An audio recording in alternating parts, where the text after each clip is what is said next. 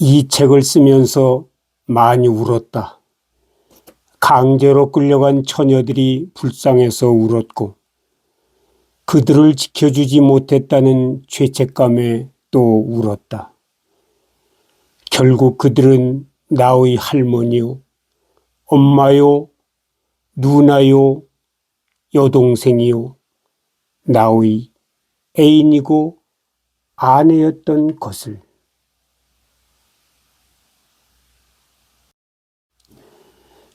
죽음의 섬 사이판.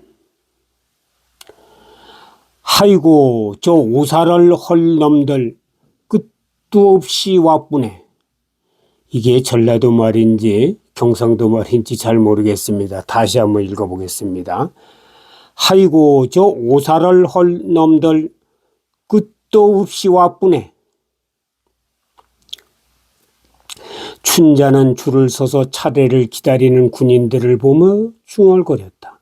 밤 10시가 거의 다 됐는데 오늘 받은 병사들만 벌써 40명이 넘었다. 그래도 병사들은 끝이 없었다. 이제 잠시 후부터는 장교들을 받아야 한다. 상해에서 이런저런 소문을 들어서 대충은 알고 있었지만 그래도 이런 일인지는 몰랐다.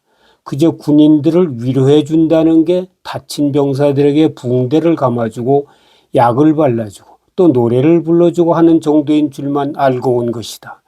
경상도 출신 분녀 언니가 남자들에게 밑을 대주는 일이라고 했어도 설마 세상에 그런 일이 있을까 싶어서 믿지 않았다.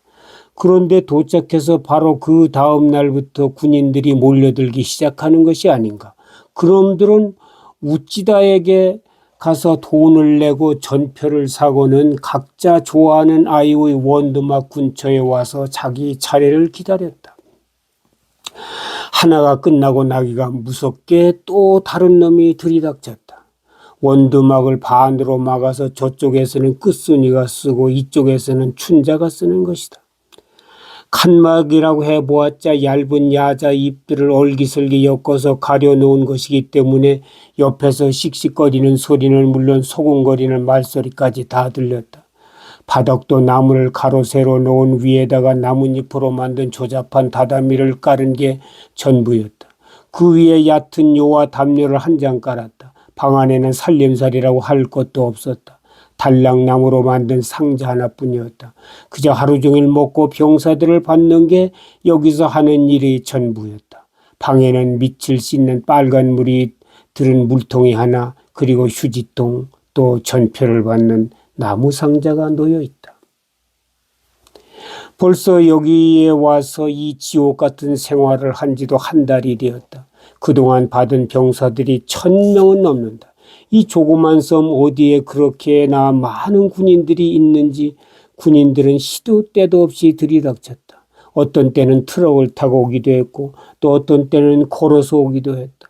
춘자는 자신이 사이판에 도착했을 때 그 파란 바다를 보고 처음으로 했던 생각을 하면 지금도 웃음이 절로 나온다. 부두에 배가 닿은 때는 이른 아침이었다.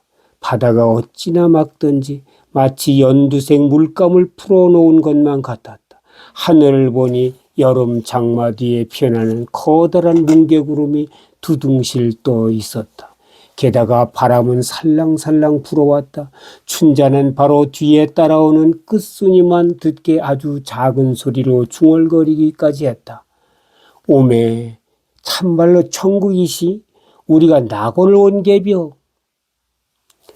뒤를 돌아보니 끝순이도 여기의 경치에 홀딱 반한 눈치였다. 나무들도 생전 처음 보는 희한한 나무들이 쭉쭉 뻗어 있었다.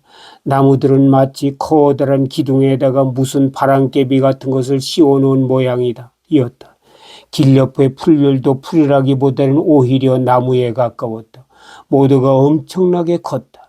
그리고 대낮에는 컴컴할 정도로 울창했다. 그러나 이 섬을 천국으로 착각한 것은 순진한 조선 처녀들이 엄청난 실수였다. 이 섬에는 무려 3만 명 가까운 일본군이 주둔하고 있었다. 반면에 그들을 상대할 여자들은 채 100명도 되지 않았다. 끝순이는 처음 며칠간을 코피가 터지고 몽둥이 찜질을 당하면서도 병사들을 받지 않겠다고 저항했다. 그러나 군비는 데는 장사가 없었다. 매에도 견디던 끝순이도 사흘을 물 한 모금 주지 않자 마침내 항복하고 말았다. 그 다음부터는 모든 것을 다 포기한 나이 같았다. 병사들이 오면 받고 밥 먹으려면 먹고 아주 고분한 순둥이가 되어버린 것이다. 그런 끝순이가 춘자는 무서웠다. 저 아이가 여기 와서 맥을 놓아버린 것만 같아서 시간이 날 때마다 고향 이야기를 해주고 또 노래도 불러주며 정신을 차리게 만들려고 무진 노력을 했다. 우찌다는 차포타우 산의 초입세에 위안소를 배정받았다. 사이판 섬이 서쪽 부두 근처에 있는 타나파그 마을에서 조금 더 산 쪽으로 들어간 곳이었다. 원래 여기서 위안소를 하던 사람은 부대가 섬 반대편 해안가 마을인 베트스카라에 위안소를 차려서 그쪽으로 옮겨갔다고 했다. 우찌다가 데리고 있는 위안부는 모두 21명이었다. 중국 여자 2, 비을빈 여자 4, 화란 여자 1명, 일본 여자 2명, 그리고 조선 여자 12명이었다.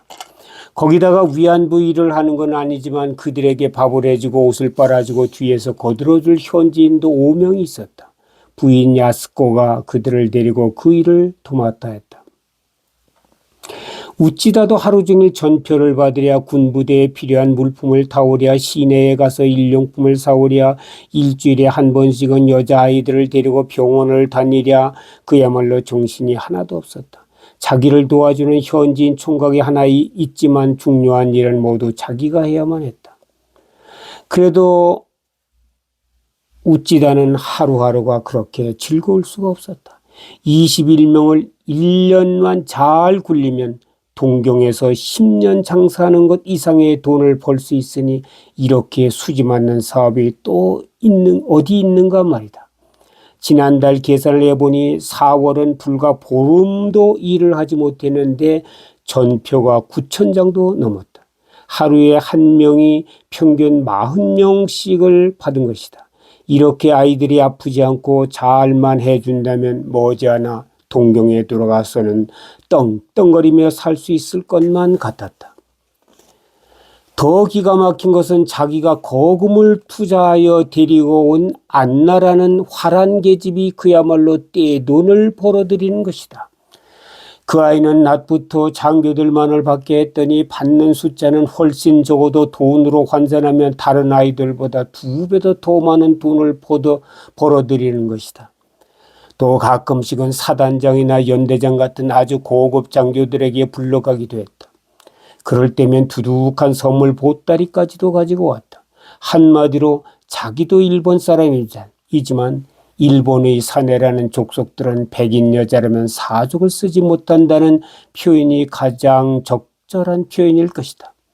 그는 잠시 눈을 감고 긴작거리에 우뚝 선 자신의 건물을 상상해 보았다. 거기에 들어갈 술집 이름도 사이판 사롱이라고 벌써 지어놓았다. 우찌다가 걱정하는 것은 단 한 가지. 일본이 전쟁에 지면 어쩌나 하는 것이었다. 이렇게 저렇게 알아본 바로는 요즘의 전황이 일본에 영 불리하게 돌아간다는 소문이었다. 바로 지난달 그러니까 4월에는 솔로몬 제도와 뉴기니에서 일본군이 참패했다는 소식이었다. 그런 소식이 사실인 것 같은 생각이 드는 이유는 최근 들어서 사이판에도 미군의 폭격기들이 수시로 날아들어서 폭탄을 떨어뜨리고 갔기 때문이었다. 지난달만 해도 별로 그런 일이 없었는데 5월로 접어들면서는 벌써 2번이나 미군 폭격기가 출동했다. 한 번은 일본군 진지가 밀집한 서해안 쪽을 폭격하더니 또 한 번은 사이판에서 제일 큰 도시인 가라판시의 폭탄 세례를 퍼붓고는 유유히 사라진 것이다. 우찌다가 위안소를 운영하다 보니 자연스레 고급 장교들도 많이 사귀게 되었다.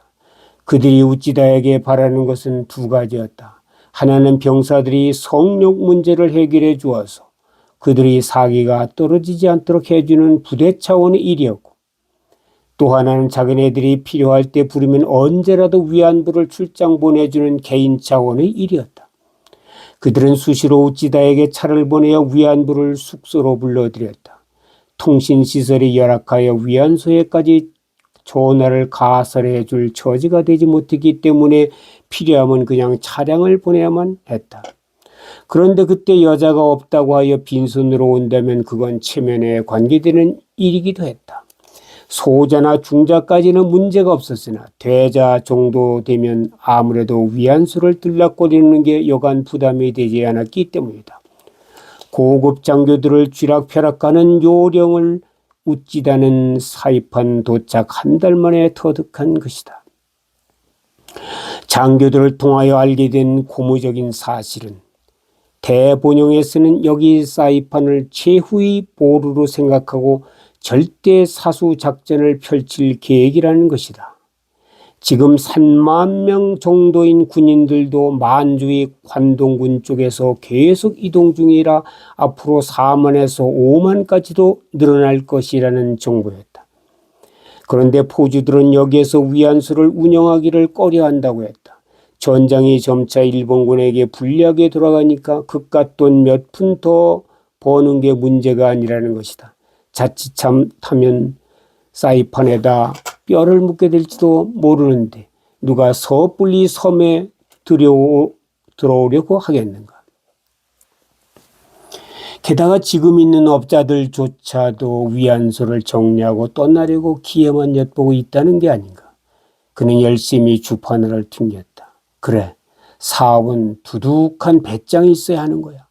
전쟁이 일찍 끝나지 않고 딱 1년만 더 계속된다면 소와 20년 봄에 나는 그야말로 동경의 갑부가 되는 거야. 바로 내년 봄에 말이지. 하하하. 날이 어둑어둑해지고 있을 때 도병사들이 들이닥쳤다.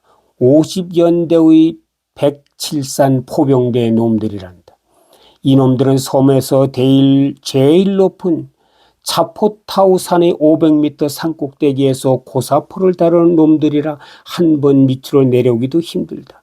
그래서 위안부들을 한 번만 품고는 돌아가려 하지 않았다. 2번씩은 기본이고 어떤 놈들은 3번씩 하고 가기도 했다.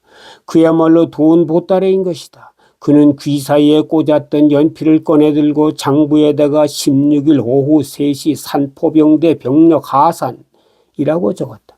그날의 매상이 얼마까지 올라가는지 계산해 보기 위함이었다. 그리고 입속으로 중얼거렸다. 지금까지 하루에 제일 많이 전표를 팔은 게 864장이었는데 어디 오늘은 1000장 기록을 깨봐? 벌 때 확실하게 벌어야지. 장비를 100% 가동해서 말이야.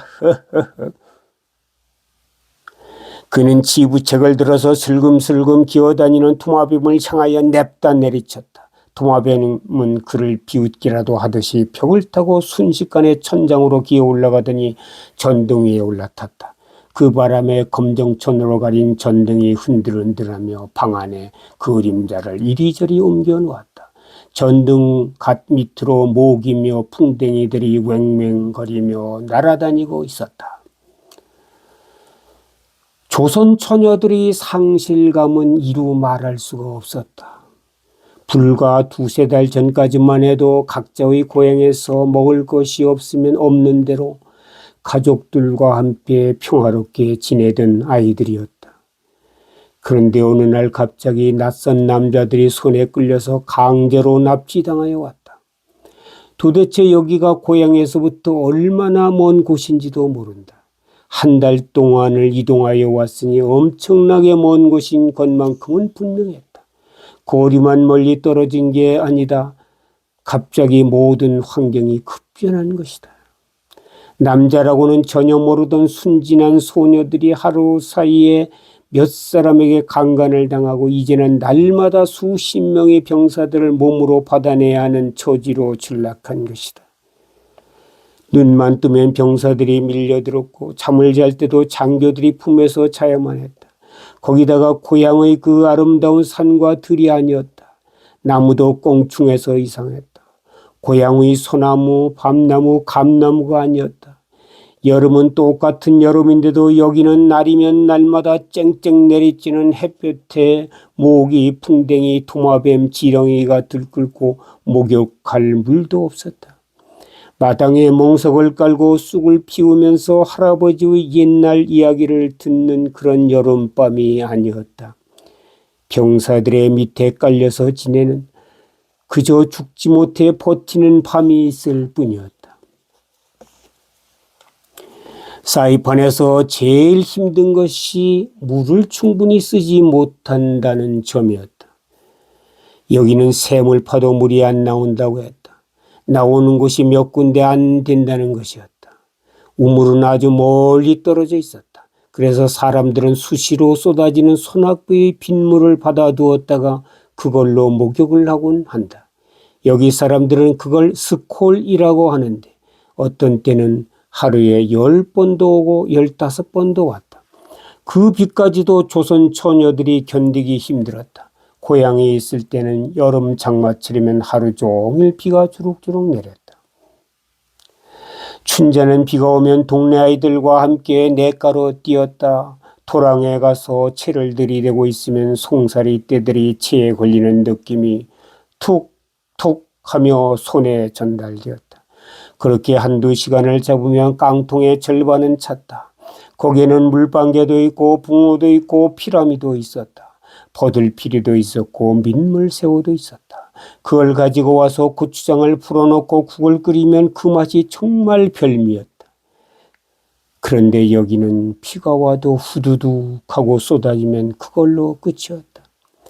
잠시 후면 언제 그랬냐는 듯 말끔히 사라지곤 하는 것이다. 6월 초 기어이 사단이 벌어지고 말았다. 옥분 언니가 자살을 한 것이다. 함께 잔 장교가 아침에 눈을 뜨고는 자기가 돈을 주고 산 아이가 밤새 도망을 쳤다며 노발대발했다. 웃지다는 그에게서 받은 돈을 고스란히 돌려주고 코가 땅에 닿도록 연실 굽신거리면서 사과를 연발해야만 했다. 그는 화가 머리끝까지 올라서 아침밥도 먹지 않고 여자아이들을 모두 내몰았다. 옥분이 아니 토목고를 당장 찾아내라는 것이었다. 그런 아이들이 1시간 가까이를 돌아다녔지만 옥분 언니의 모습은 보이지 않았다. 애꿎은 아이들만 아침밥을 쫄쫄이 굶어가면서 병사들을 받아야 했다. 그날 점심 무렵에 타나파그 마을의 한 현지인 2명이 위안소를 찾아왔다. 위안소에서 일하는 아줌마들이 그들과 이야기를 했다.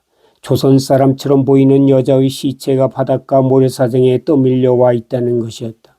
그러면서 지금 자기네들이 군부대에 가서 신고를 하려고 군부대를 찾아가는 길에 혹시나 여기 여자인가 하여 먼저 들렀다고 했다. 우찌다와 경상도 출신의 분예 언니가 시체를 인수하러 다녀왔다. 분예 언니는 성격이 괄괄하고 남자 같아서 여기서 반장 같은 역할을 하고 있었다. 저녁을 먹고 나서 잠시 쉬는 시간에 분예 언니는 침을 튕겨가면서 당시의 상황을 설명했다. 아이고 내 삼아 별 꼬라지 다 본다 아이가. 동네 아이들 몇 명이가 빙 둘러서 구경하고 안 있나. 벌써 파리 새끼들 카고 개 새끼들이 바글바글 대더라. 근데 분에 가가 검정 고무신을 바위우에다가 얌전하게도 올려놓았더라. 신발코가 바다를 향하도록. 내 삼아 그걸 보는 순간 목이 메이는 기라. 얼마나 고향에 가고 싶었으면 그리 했을까 하고 생각하니 눈물이 나더란 말이다. 옥분이가 가가 고향 입하고 참 많이도 했다. 그 너희들은 잘 모른다. 하모 내캉만 했으니까네.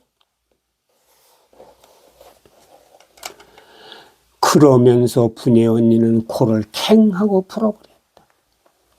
위안소에서 30분 정도만 걸어가면 바닷가가 나왔다. 옥분 언니는 새벽에 마지막으로 받은 장교가 잠든 틈을 타서 바닷가로 간 것이다. 분예 언니의 설명이 이어졌다. 아이들 모두는 눈을 동그랗게 뜨고 분예 언니를 쳐다보았다. 우찌다는 자살사건 뒤처리를 위해서 병참 부대에 가고 없었다. 옥분 언니는 20살로 안면도라는 섬에서 속아서 끌려왔다. 어느 날 동네에 가끔씩 다니던 박물장수 아줌마가 자기를 따라가면 좋은 옷에 뾰족 구두도 신고 돈도 많이 벌 수 있다고 하여 집에 이야기도 하지 않고 도망쳐 나왔다. 엄마와 아버지가 모두 배를 타고 나갔는데 박물장수 아줌마가 오더니 보따리를 풀어서 아래 위가 하나로 된 분홍색 옷 한 벌과 뾰족 구두를 꺼내 보여주어 거기에 혹 하고 속아 넘어간 것이었다. 그 아줌마는 집에 이야기를 하면 엄마가 가라고 허락하지 않을 게 뻔하니까 그냥 자기를 따라가자고 했다. 결국 허황된 욕심이 이렇게 자기를 사지로 몰아넣었다고 틈만 나면 하소연을 하던 언니였다. 가가 제일로 못 견뎌 한 게 따로 있었다, 이 아이가. 가는 여기서 군인들 받는 거 그리 대단게 생각도 안 하는기라. 뭐 어차피 망친 몸이니까 한 놈에게 당하건 100놈에게 당하건 매일 반이라는 기라. 가가 제일로 못 참겠다고 날 보고 한 말이 있다. 뭔지 아나? 바로 바닷가가 지척인데도 바다에서 찝찝한 냄새가 나지 않는다 하는 기라. 또 뭐가 힘들다고 입하고 한지 아나? 자기 고향 안면도 소나무강 여기 나무강 너무 다르다고 안 했나? 너희들 이해하겠노? 아무도 댓글을 못하고 멀뚱한 표정으로 울상을 짓고 있자 분예 언니는 식탁을 손바닥으로 탁 때리며 말을 이어나갔다. 새빨갛게 칠한 입술 연지가 절반은 벗겨져서 여자들이 보기에도 흉했다. 아이고 못난 가스나이 죽긴 와죽노 말이다. 몇 달만 참으마 전쟁 끝난다 이 카드만 와죽노 말이대. 흙갓 바다찝질하면 어떻고 밍밍하니 또 어떻노. 내 삼아 옥분이 없이 우찌 살 꼰고 막막하대. 어흐 어흐. 언니가 목을 놓아 울기 시작하자 모두가 개구리 합창이라도 하듯 일시에 울음보를 터뜨렸다. 위안소 전체가 삽시간의 울음바다가 되어버린 것이다. 어찌 서럽지 않을 것인가. 모두가 다 가난하면 가난한 대로 집에서 사랑받으면서 살아오던 처녀들이 아닌가 말이다. 생판 모르는 섬나라에 끌려와서 하루 종일 냄새나는 병사들을 받아야 하니 오히려 옥분 언니처럼 용기 있게 죽지 못하는 자신들의 처지가 슬퍼서 통곡을 해대는 것이다. 도대체 즐거움이라고는 찾을 수 없는 환경과 생활이다. 날이면 날마다 눈만 뜨면 군인들이 들이닥치고 더러워진 몸을 씻고자 해도 마음대로 목욕할 물이 있나. 먹는 것이라고 해보아야 펄펄 나는 안남미쌀과 콩이 들어간 밥 한 공기가 전부이다. 꾹꾹 눌러서 푸면 반 공기도 되지 않는다. 한참 먹고 자라야 할 10대 소녀들에게는 너무나도 부족한 양이었다. 그래도 인간 도처 유청산이라고 했던가. 사람이 어디를 가도 또 나름대로 살아갈 수는 있는 모양이다. 여기 끌려온 조선 처녀들을 버틸 수 있게 해주는 몇 가지가 있었으니 그것은 어디를 가나 지천으로 널려있는 바나나와 같은 열대 열매와 원주민들이 따뜻한 마음씨 그리고 조선인 학도병들이었다. 처음 사이판에 도착한 춘자 일행은 우산처럼 생긴 나무에 이상하게 덩어리로 매달린 열매들을 보았다. 첫날 저녁에 그걸 주었는데 노란 게 껍질을 벗겨서 먹어보니 향기도 좋고 맛도 달콤했다. 일본 군인들은 바나나라고 불렀지만 현지인들은 사깅이라고 불렀다. 배고플 때 그걸 2개만 먹으면 금방 배가 차서 배고픈 줄을 몰랐다. 나중에 함께 지내면서 알게 된 이야기지만 바나나에도 가슴 아픈 전설이 있었다. 바나나는 원래 아랍에서 들어온 식물인데 아랍말로 바난이라고 했단다.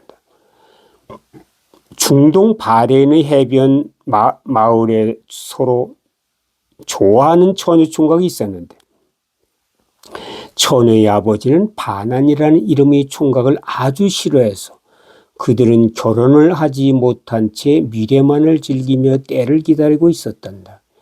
하루는 처녀의 아버지가 집에 돌아와 보니 자기의 딸이 그놈과 붙어 있는 게 아닌가. 기겁을 한 그는 다짜고짜 칼로 총각의 팔을 자르고 죽여버렸다. 총각의 시신은 그 집에서 가지고 가고 남겨진 팔은 그냥 처녀의 집 뒤뜰에 묻어버렸다. 그런데 다음에 봄이 되어 거기서 싹이 나고 나무가 자라기 시작하더니 얼마 후에는 사람의 손가락처럼 생긴 열매가 주렁주렁 열렸다는 것이다. 그 다음부터 사람들은 그 열매를 총각의 이름을 따서 바난이라고 불렀고 그것이 서남아시아로 건너오게 되면서 바나나로 이름이 바뀌게 되었다는 이야기였다. 그런데 또 다른 전설도 있었다. 거기에 따르면 중동말로 손가락을 바난이라고 하는데 바나나라는 이름은 바로 거기서 나왔다는 이야기였다. 또 하나의 위안은 현지인들이었는데 그들은 거무스름한 피부에 키도 작달막하지만 마음씨만은 세상에서 어떤 민족들보다도 더 고왔다. 아마도 원래부터 추위에 떨지 않고 먹을 것이 풍부하니 그렇게 성격이 형성된 모양이었다. 춘잔의 아이들은 점심때부터 병사를 받기 시작해서 저녁 먹을 때가 되면 보통 30명씩을 받았다. 그러면 질 입구가 퉁퉁 붓게 된다. 그런데 식당에서 일하는 현지인들도 같은 여자들로 동병상련의 아픔을 느끼는 것 같았다. 그들은 저녁 먹을 때 뜨거운 물수건을 만들어서 조선 처녀들에게 하나씩 나누어 주었다. 그걸 사타구니에 대고 또 새 것으로 대고 하기를 서너 번 반복하면 어느 사이에 부은 것이 조금은 가라앉았다. 또 한밤중 10시가 되면 보통 하사관까지도 영업이 다 끝나는데 그때에도 또 한 번 물수건 찜질을 하도록 해주었다. 10시 넘어서는 장교 한두 명만 받으면 그날 일과는 끝나게 된다. 그래서 하루에 30명에서 40명을 받으면서도 그런 대로 버틸 수 있는 것이다. 그러나 그것도 평일에만 그런 것이지 반공일이나 공일처럼 병사들이 밀려드는 날에는 50명은 기본이고 어떤 날은 80명까지도 받아야만 했다. 그런 혹독한 환경에서도 농담을 할 여유가 있는 것인지 처녀들은 그런 날을 외놈의 배 밑에 깔려서 지옥 구경하는 날이라고 불렀다. 또 하나의 즐거움은 조선인 학도병 오빠들이었다. 나이 많은 언니들과는 비슷한 또래이지만 춘자와 끝순이에게는 작은 오빠나 큰 오빠 정도의 나이가 되는 학도병 오빠들은 제43사단에 많았다. 아마도 그 부대는 순수한 일본군으로만 구성되어 있는 부대가 아니고 일본군을 주축으로 한 여러 나라의 군인들이 혼합된 혼성부대 같았다. 춘자와 끝순이뿐만이 아니라 모든 조선 처녀들이 학도병들이 오기만을 눈이 빠지게 기다렸다. 조선인 학도병들이 한두 명만 위안소에 와도 분위기가 들썩들썩했다. 여기저기서 조선말이 거침없이 쏟아져 나왔다. 그들은 위안부 처녀들을 상대해도 몸을 요구하지 않았다. 그냥 앉아서 함께 눈물을 흘리며 슬퍼해주고 위로해주다 가는 게 전부였다. 그리고 간간히 중요한 정보도 제공해 주었다. 춘자는 5월 28일의 추억을 생각하면 지금도 가슴이 설렌다. 그날은 하루 종일 비가 퍼붓다가 또 날씨가 쨍쨍하기를 반복했다. 아마도 10번 이상은 비가 온 것 같았다. 비가 온 뒤에 바람도 불어서 꽤나 시원한 날씨였다. 마지막 공일이라고 해서 아침 10시부터 병사들이 밀어닥쳤다. 하루 종일 50명도 넘게 받았던 터라 저녁을 먹고 나자 더 이상 다리가 벌어지지도 않았다. 모두가 어기적거리면서 식당에 모여서 밥을 먹고는 웃지도 않은 놈의 등살에 떠밀려서 각자의 원두막으로 갔다. 여기서는 위안소를 원두막이라고 불렀다. 고향이 그러니까 이런저런 것에다가 모두 조선의 이름을 붙이는 것이다. 그런데 7시가 조금 넘어서 한 부대가 도착했다. 모두 80명쯤 되는 병력이 있는데 그게 춘자네들이 그토록 기다리던 제43사단의 67년대 병력이란다. 춘자가 저녁 먹고 4번째로 받은 사람이 바로 조선 청년이었다. 놀랍게도 그는 전라도 사투리를 했다. 춘자는 지금까지 학도병 오빠들을 4명 만났지만 전라도 출신은 없었다. 학도병들은 거의 다가 경성 출신이거나 경기도 인근 출신들이 많았다. 고향이 전남 벌교라는 그 청년은 춘자의 방에 들어오더니 그 삭막한 풍경에 넋이 나간 모양이었다. 왜 안 그렇겠는가? 두 사람이 누우면 꽉 찰 방에 세간이라고 해야 옷과 일용품을 넣어두는 나무 상자 하나가 전부이니 그 밖에는 빨간 소독물로 담아놓은 양은 대야가 하나, 나무로 만든 휴지통이 하나, 나무로 만든 전폐함이 하나, 그리고 담요와 베개가 전부였다. 그는 춘자의 손을 잡고 눈물부터 뚝뚝 흘렸다.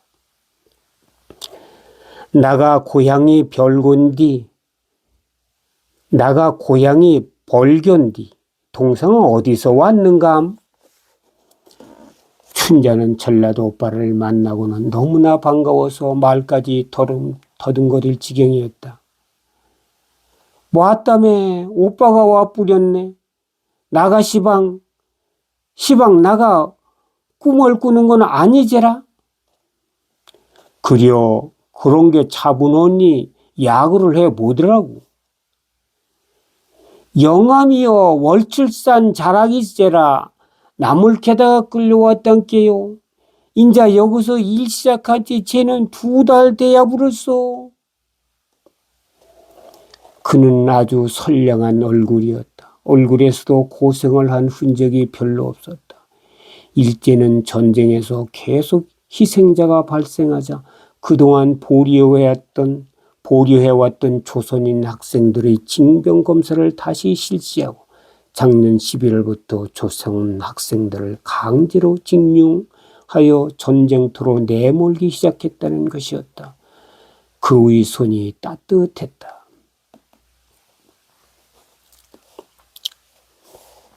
광주 사범 댕기다가 끌려와 뿌렸어야. 모덤 18명인데 11명은 류긴이라는 데로 끌고 갔다 둥마. 거기는 벌써 미군들이 점령했다고 하뇨. 인자 여우도 멀지 않았단께. 동상도 조심해야 할 것이요.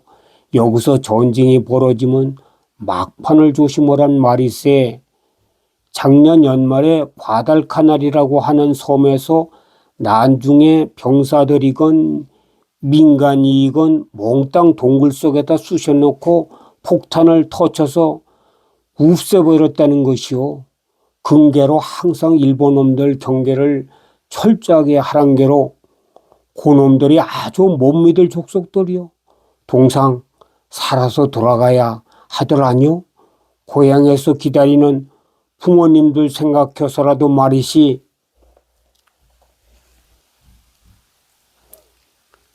춘자는 엉엉 울면서 학도병 오빠의 어깨에 매달렸다. 그리고 기어가는 소리로 대답했다. 나는 이제 고향에 갈 수도 없단께로. 몸을 망쳐도 수백 번 수천 번 망쳤어야 이런 몸으로 어찌 그럼 엄마를 본단가요? 아니요. 그건 동상 잘못이 아니요. 나라를 지키들 못한 우리 남자들 잘못이지. 그때 밖에서 일본 병사들이 불만이 가득 찬 목소리가 터져나왔다. 동시에 옆방에서 끝순이가 이쪽의 이야기를 듣고 있다가 참을 수 없다는 듯 소리쳤다. 하얗고 하얗고 빠가야루 웜에 고향 오라보니 내도 잠보고 가시오. 잉? 오라보니 그냥 가게 해뿌려면 나 오늘 밤 칵 죽어버리고 말 것인게 춘자 너 알아서 하더라고. 동상 난 관계에 부디 몸조심요. 나가 저 옆방도 가볼란 게 시간이 될란가 모르겠네. 견장에 빨간 별만 달랑 2개가 붙은 누런 육군 군복을 입은 1등병 정학수 오빠는 그렇게 춘자를 뒤돌아보며 방을 나섰다. 떠나면서 주머니를 뒤적이더니 사탕 2개를 꺼내서 건네주었다. 정학수는 밖에 나가서 또 전표를 사고 30분 이상을 기다린 끝에 이번에는 끝순이 방으로 들어갔다. 끝순이는 미처 먼저 나간 놈의 뒤치락거리를 다 마치지 못한 상태에서 정학수 오빠를 만났다. 허겁지겁 샤쿠를 주워서 물에다 씻고 있었다. 여기서는 보급품이 모자라서 샤쿠도 2번, 3번씩 물에 씻어서 다시 사용해야만 했다. 막 샤쿠를 씻는 일을 마쳤는데 동상 들어가도 되는감? 하면서 마치 시골에서 친근한 이웃집 언니가 마시를 오듯이 그렇게 원두막위로 올라온 것이었다. 끝순이가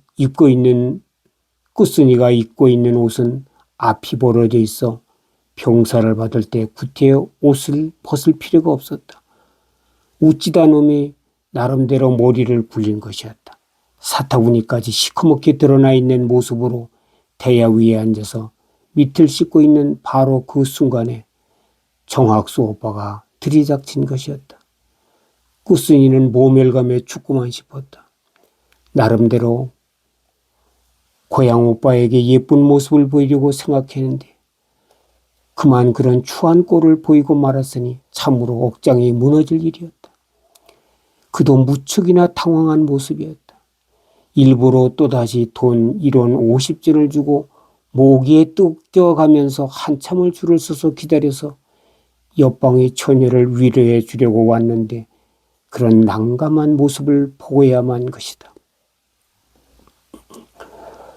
동상 울지 말란 게 나가 미안하자녀. 나 벌겨우 정학수요. 이 다음에 꼭 살아서 만난 장게. 인연도 여러코럼 기묘한 인연이 어디 있단가. 그게 희망들을 잃지 말고 밥 잘 먹고 잘 참고 지내야 혀. 일본 놈들 망할 날이 올매 안 남았던 게 우리 친구들이 모이기만 하면 그 소리 해싸둥마 틀림없단 게 만주고 중국이고 조선이고 닥치는 대로 군대를 끌어모아서 역으로 데리고 오자녀. 동상 이리 앉아 보더라고. 내가 꼭 안아줄 것인게.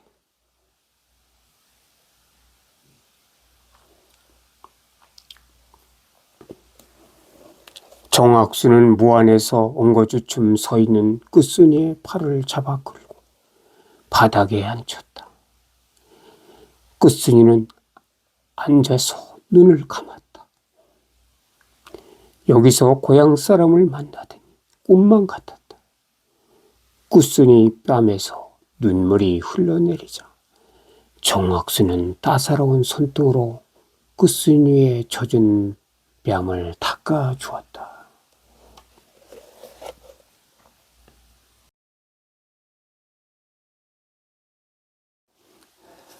이상은 광복 70주년 기념작품으로 작가 다니엘 채님이 쓰신 나는 조선의 처녀다 제3부 2번째 죽음의 섬 사이판에 관한 글을 가감없이 읽어드렸습니다.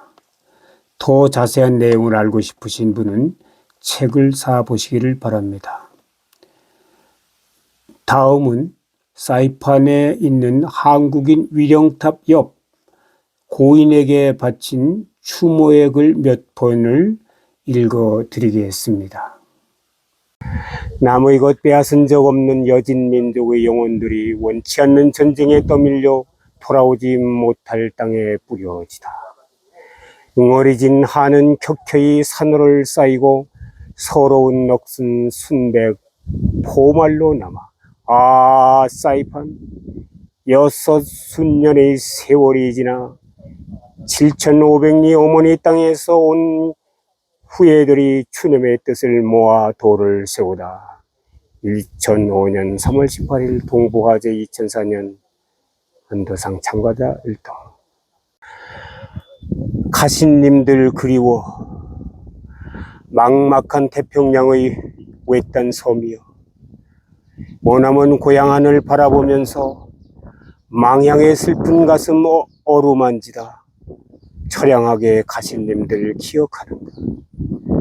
몹쓸 전쟁 고된 삶에 시달리다가 여기서 숨 거두신 우리 님들의 피 맺힌 원한을 헤아리면서 우리 정성 모두의 이 섬 기슭에 위동의 돌탑 하나 다시 세우니 이며 이 자락에 늘 계시면서 우리들의 사랑을 되새기소서.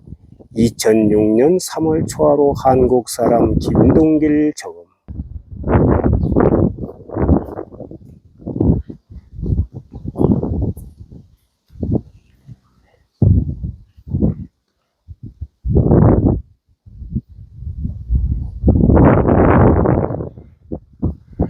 영령들이여 안녕히 계시오. 평안하시오.